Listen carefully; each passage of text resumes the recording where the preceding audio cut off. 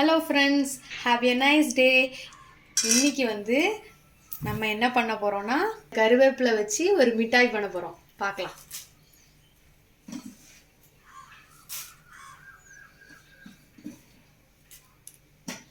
இந்த கருவேப்பிலையை நல்லா ட்ரை ரோஸ்ட் பண்ணிக்கலாம்.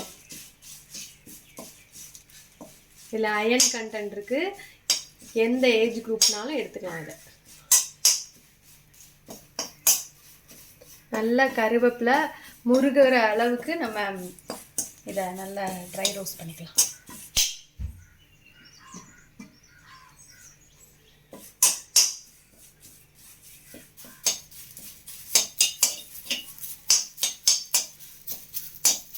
இப்போ நான் உங்களுக்கு மிக்ஸ் பண்ணுறதுலே தெரியுது, இந்த கருவேப்பிலையோட சவுண்டு நல்ல இலை நல்லா சுருங்கி காய தொடங்கிடுச்சு.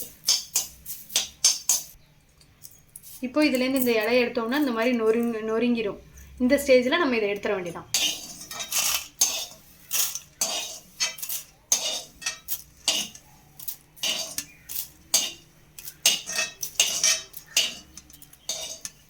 சரி, இப்போ நெக்ஸ்ட்டு பாதாம் போடலாம். பாதாம் போட்டு லேசாக வறுத்துக்கலாம். பாதாமும் ஏலக்காய்.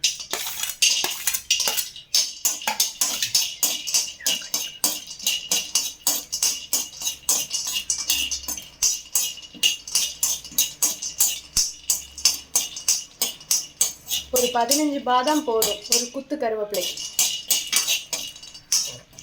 இப்போ பாதாமும் ஏலக்காயும் வறுபட்டுருச்சு. நெக்ஸ்ட் நம்ம தேங்காய் போட்டு இதில் வறுக்கலாம். இதை எடுத்து வச்சுட்டு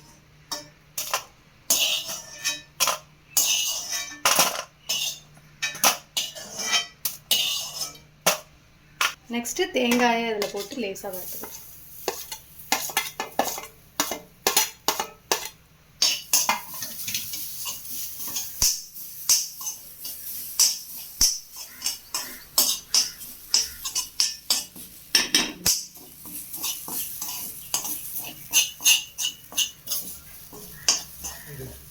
இப்போ தேங்காயும் நல்லா வறுபட்டுருச்சு. இந்த தேங்காயும் இப்போ இந்த பிளேட்டோட எடுத்து வைக்கலாம்.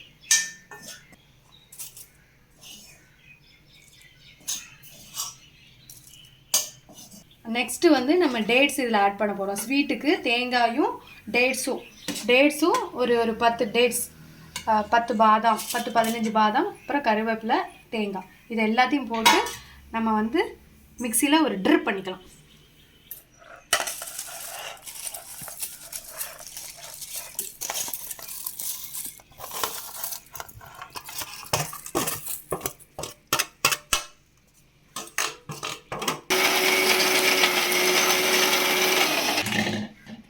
இப்போது இதை நல்லா நம்ம மிக்ஸி ஜாரில் அரைச்சாச்சு. சூப்பரான கருவேப்பிலை மிட்டாய் தயார். டெய்லி இதை ஒவ்வொரு பால் நம்ம வீட்டில் இருக்கிறவங்க எல்லாரும் எடுத்துக்கிட்டோம்னா அயன் கால்சியம் கண்டென்ட் நம்ம கிடைக்கும். இப்போ நம்ம சேனலை ஷேர் பண்ணுங்கள், சப்ஸ்கிரைப் பண்ணுங்கள், கமெண்ட் பண்ணுங்கள். தேங்க்யூ, பாய்.